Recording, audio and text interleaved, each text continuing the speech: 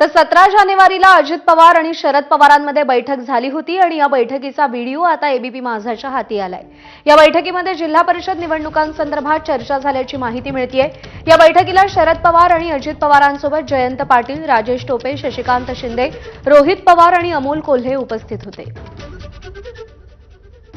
एकदा हा व्हिडिओ आपल्या समोर आलेला आहे, त्यामध्ये अजितदादांच्या बैठका झाल्या का नाही झाल्या याचं सत्यता आपल्या समोर आलेलं आहे। चला ठीक आहे, नसेल झालं मग राज्यामध्ये आम्ही घड्याळावर कशाला लढतोय? चर्चा झाल्याशिवाय लढतोय? सातारा जिल्ह्यातलं उदाहरण घ्या ना।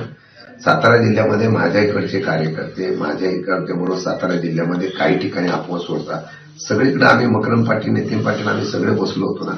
दादांचे त्यांच्यावर फोनवर चर्चा झाली होती, सोलापूरला चर्चा झाली। दादा रोज 7:30-8ला माझ्याशी चर्चा करत होते, कुठे कुठे काय काय आपल्याला दुरुस्त करायला पाहिजे, कुठे एकत्रित सभा करायच्या होत्या हे दादांनी सांगितलं होतं। आम्ही गेलो होतो कृषी प्रदर्शनाला।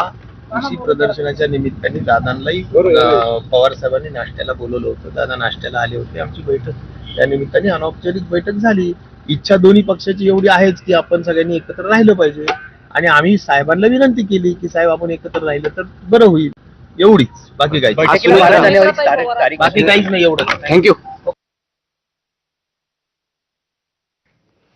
दरम्यान सुनेत्रा पवारांच्या शपथविधी